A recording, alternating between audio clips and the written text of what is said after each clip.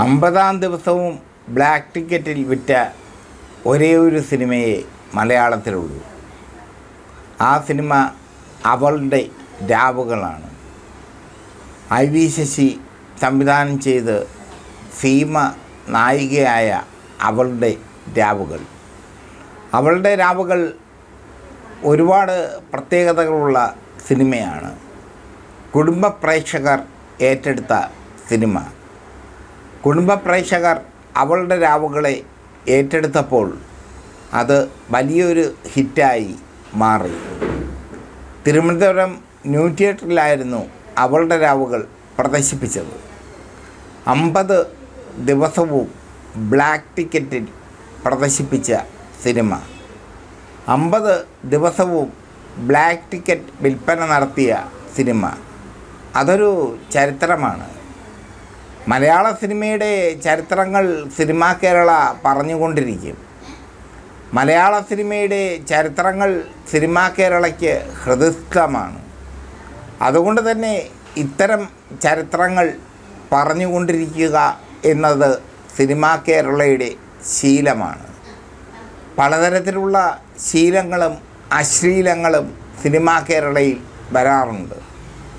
ശീലങ്ങളും അശ്ലീലങ്ങളും വരുമ്പോൾ അവളുടെ രാവുകൾ എന്ന സിനിമ 50-ാം ദിവസവും ബ്ലാക്ക് ടിക്കറ്റിൽ വിറ്റത് ഒരു ചരിത്രമാണ്.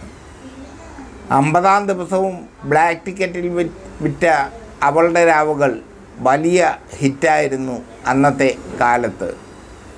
അന്നത്തെ കാലത്ത് അവളുടെ രാവുകൾ സൃഷ്ടിച്ച ഓളം ചെറുതല്ല.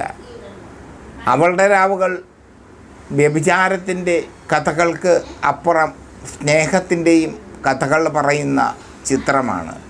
വേശ്യയായ രാജിയെ തൻ്റെ മകനെ കൊണ്ട് കല്യാണം കഴിപ്പിക്കുന്ന അമ്മ. അതാണ് അവളുടെ രാവുകളുടെ പ്രത്യേകത. അവളുടെ വേശ്യാലയത്തിൻ്റെ അവൾ വേശ്യയായതിൻ്റെ ചരിത്രങ്ങൾ ആ അമ്മ തിരിച്ചറിയുന്നു. ആ അമ്മ ആ ചരിത്രങ്ങൾ തിരിച്ചറിയുമ്പോൾ അവളെ മരുമകളായി സ്വീകരിക്കുന്നു. അങ്ങനെ ഒരു വല്ലാത്തൊരു ചിത്രം. അവളുടെ രാവുകൾ എന്ന ചിത്രം കാണുമ്പോൾ സീമയുടെ തുടകളാണ് പ്രേക്ഷകർക്ക് ഓർമ്മ വരിക. സീമ ഷർട്ട് മാത്രം അണിഞ്ഞു നിൽക്കുന്ന രംഗം. അതിനപ്പുറം ഒരു തലം ആ ചിത്രത്തിന് ഉണ്ടായിരുന്നു. ഷെറീഫിൻ്റെ ശക്തമായ തിരക്കഥ. അവളുടെ രാവുകൾ എന്ന ചിത്രത്തിലൂടെ സീമ മലയാളത്തിൽ തരംഗമായി മാറി.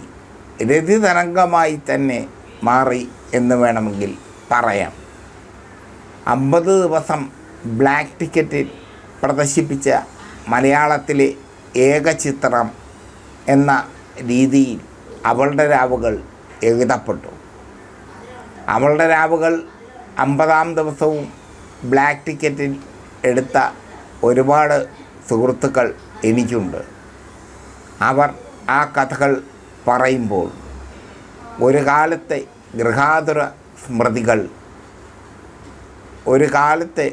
ഗൃഹാതുര സ്മൃതികളുടെ വേലിയേറ്റം എന്നെ പൊതിയുന്നു. ഞാനന്ന് ജനിച്ചിട്ടില്ല അവളുടെ രാവുകൾ ഇറങ്ങുമ്പോൾ. പക്ഷേ പിന്നീട് ആ കഥകൾ ഒരുപാട് കേട്ടിട്ടുണ്ട്. 50-ാം ദിവസവും ബ്ലാക്ക് ടിക്കറ്റിൽ വിൽപ്പന നടത്തിയ ചിത്രത്തിൻ്റെ കഥ.